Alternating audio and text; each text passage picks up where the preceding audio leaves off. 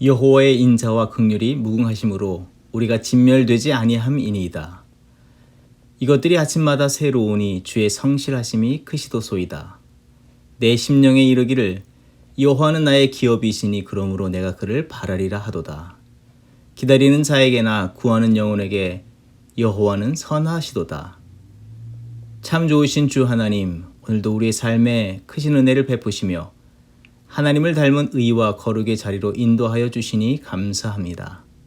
하나님의 그 신실하심과 성실하심으로 말미암아 새롭게 빚어진 삶, 이 하루를 주의 기뻐하시는 뜻과 섭리를 따라 살게 하시고 오직 우리의 삶을 통해 하나님의 영광만이 나타나게 하옵소서. 우리 심령을 새롭게 하시고 특별히 코로나 상황에서 우리의 삶, 가정, 삶의 모든 자리들을 안전하게 지켜 주시옵소서. 모든 것을 감사드리오며 예수 그리스도의 이름으로 기도합니다. 아멘. 이 아침 우리에게 주시는 하나님의 말씀에 귀를 기울이기를 원합니다. 오늘 우리에게 주시는 하나님의 말씀은 신명기 5장 16절에서부터 21절 말씀입니다. 너는 내 하나님 여호와께서 명령한 대로 내 부모를 공경하라. 그리하면 내 하나님 여호와가 내게 준 땅에서 내 생명이 길고 복을 누리리라. 살인하지 말지니라. 간음하지 말지니라. 도둑질하지 말지니라. 내 이웃에 대하여 거짓 증거하지 말지니라. 내 이웃의 아내를 탐내지 말지니라. 내 이웃의 집이나 그의 밭이나 그의 남종이나 그의 여종이나 그의 소나 그의 낙이나 내 이웃의 모든 소유를 탐내지 말지니라. 아멘. 사랑하는 성도 여러분, 좋은 아침입니다. 오늘도 하나님의 성실하심을 따라 우리는 이 새롭고 맑고 밝은 날을 맞습니다. 이와 같이 여러분의 영혼과 삶의 각 자리마다 하나님께서 은혜의 빛이 비춰지길 소망합니다. 오늘 본문 말씀은 어제 본문에 이어서 10계명 중에 대인 계명, 곧 사람 간에 지켜야 할 계명에 관한 내용입니다.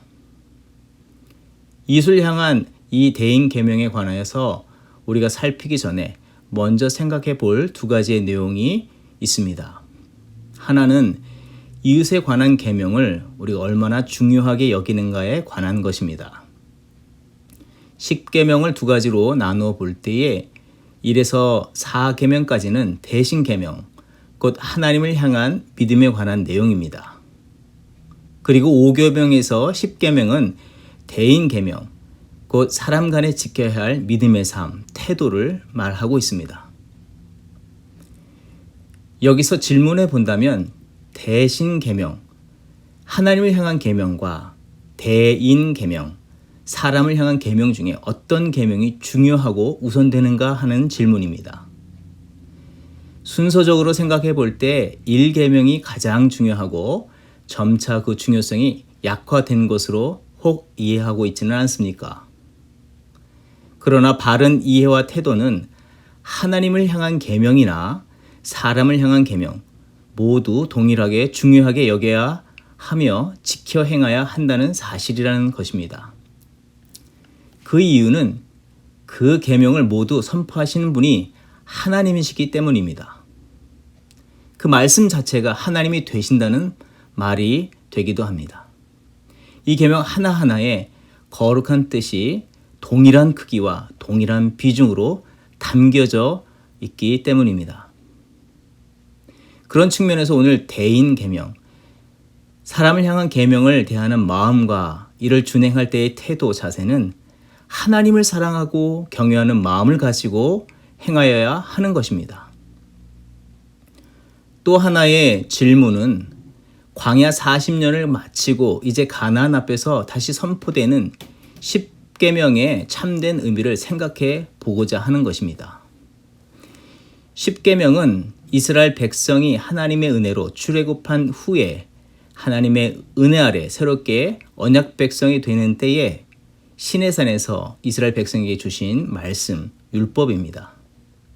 그런데 오늘 모세를 통해서 40년이 지난 광야 2세대에게 10계명을 그 백성들의 귀에 들려주는 것은 어떤 의미를 주고 있습니까?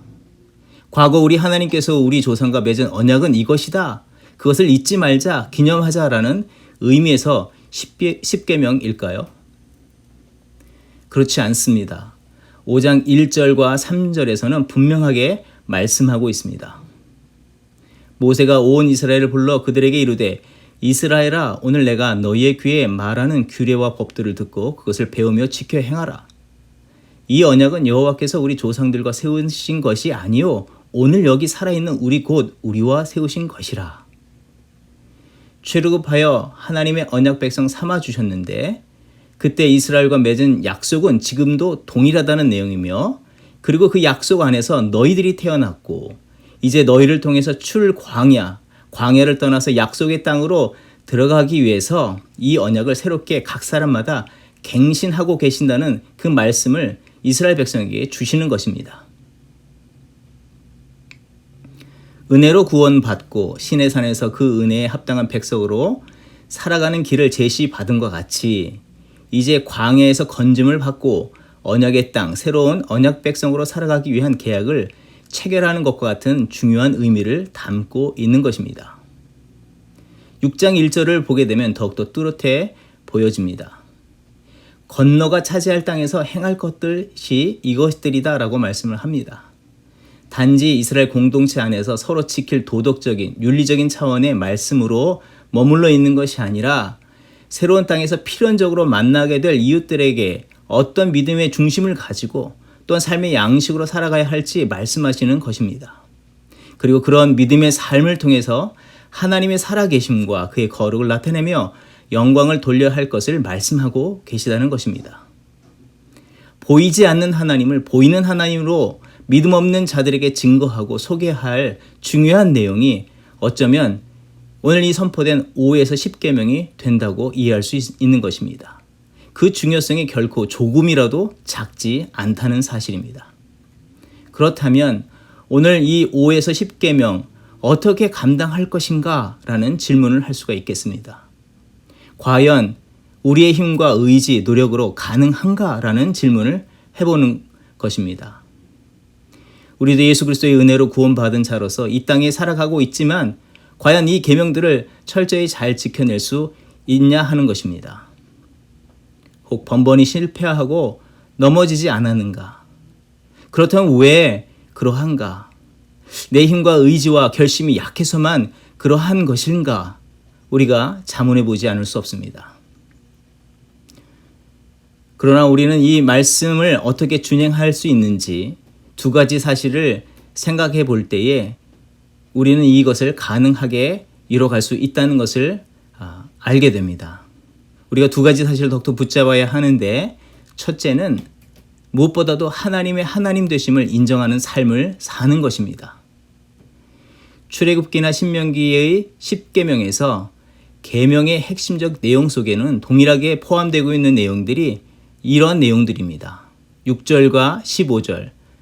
애굽 땅 종되었던 집, 종이라고 말하지만 종이 아니라 노예의 삶이어서 하나님께서 그들을 건져주셨다고 말씀을 함으로 이 10계명을 말씀합니다. 곧 그 어떤 왕도 나라도 할 수 없는 일을 하나님이 행하셨다. 15절, 다시금 그 하나님을 기억하라고 명령하고 있습니다. 애굽 땅에서 종이 되었더니 내 하나님의 여호와가 강한 손과 표심팔로 구원을 이루어 주셨다라고 말하는 것입니다. 계명의 중간중간에 하나님이 하셨다. 하나님이 하셨다. 과거나 지금이나 미래의 삶, 어떤 큰 문제나 상황에서 모든 자리, 순간마다 전능하신 하나님께서 주관하고 계시고 하나님께서 역사하시고 이 일들을 이루어 가신다라는 것을 계명 속에서 분명하게 우리에게 말씀하고 있다는 것입니다. 내 이웃을 살인하지 말라. 도둑질하지 말라. 그들에게 자신을 속여가면서 거짓 증거하지 말라라고 하는 것은 왜이겠습니까?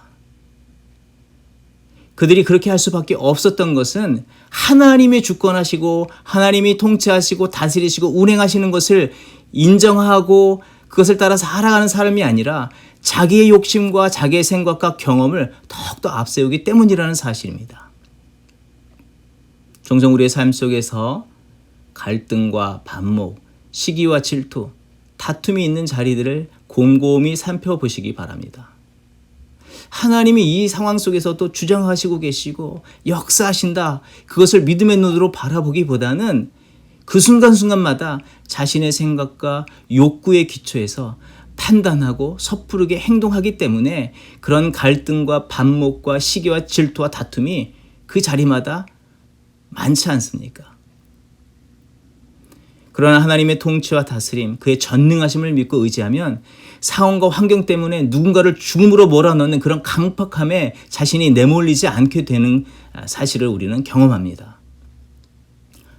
지금 내가 이 비참한 상황에 처했지만 지금도 하나님이 그 크신 팔과 능력으로 나를 주장하고 계시지. 이 상황을 하나님께서 친히 인도해 가시지. 내가 나서기보다 하나님 앞서가 주세요. 도와주세요.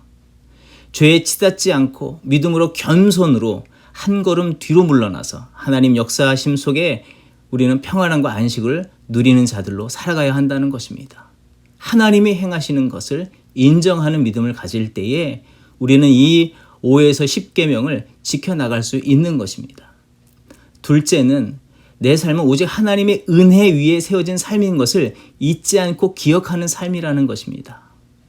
무엇하지 말라, 무엇하지 말라. 이것을 따를 수 있는 힘은 어디로부터입니까? 자기의 의지와 용기와 결단에 있는 것이 아니라는 것입니다. 그 은혜의 깊이와 넓이, 크기를 아는 자만이 겸손과 감사로 자율적으로 행할 수 있는 일들인 것을 성경은 우리에게 말하고 있는 것입니다. 은혜를 망각하고 행위만을 이루려 한다면 우리는 큰 오류에 번번이 빠지게 된다는 것입니다.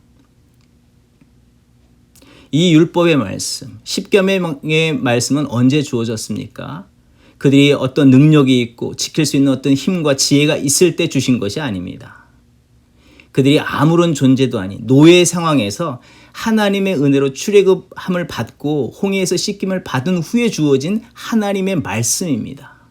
이 율법을 지켜낼 수 있는 비결은 먼저 하나님의 은혜가 그들을 이끌고 있다는 것을 인정하고 그 은혜 위에 그들의 삶이 주어졌다는 것을 기억할 때에 가능하다는 것입니다. 마태복음 18장에 1만 달란트 받은 사람의 빚진 자의 탕감하는 내용이 나와 있습니다.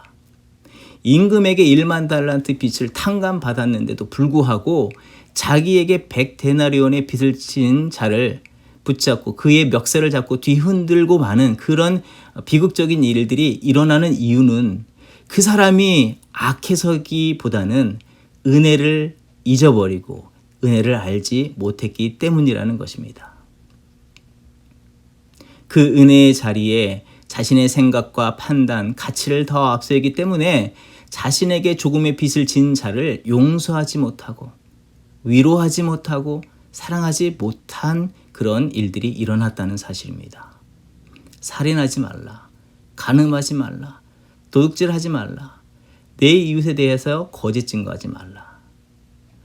이것은 하나님의 은혜의 풍성함만을 아는 자가 넉넉하게 감당할 수 있는 일들이라는 것입니다.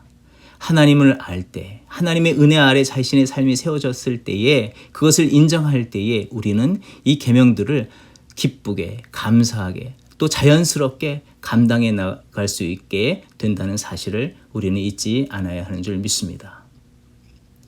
오늘 이 말씀을 따라서 우리가 하나님을 매 순간마다 인정하고 그의 은혜 위에 우리의 삶이 놓여졌다는 것을 기억하며 그것을 고백하며 살아가며 하나님의 뜻을 이뤄가는 저와 여러분의 삶이 되기를 주의 이름으로 축원드립니다. 함께 기도하겠습니다. 하나님, 오늘 우리에게 주신 말씀을 감사드립니다. 우리가 살아가는 삶의 자리에서 때로 이 말씀을 지키지 못하고 하나님의 마음을 아프게 했던 때가 많았습니다. 오늘 다시 이 새 언약 백성으로 우리가 살아갈 길들을 제시하여 주셨는데 이 말씀을 마음에 깊이 새기게 하시고 말씀을 따라 살도록 은혜를 더하여 주시고 하나님의 주권을 더욱더 인정하며 주를 바라며 살아가는 우리 모두가 되게 하여 주시옵소서. 예수님께서 하나님의 은혜와 그 주권을 바라보며 마침내 구원의 역사를 성취하시고 하나님을 모르는 모든 자들에게 구원의 복된 소식이 되어주심처럼 우리도 그렇게 살아가는 거룩한 성도와 교회가 되게 하여 주시옵소서. 감사드리며 예수님의 이름으로 기도합니다. 아멘.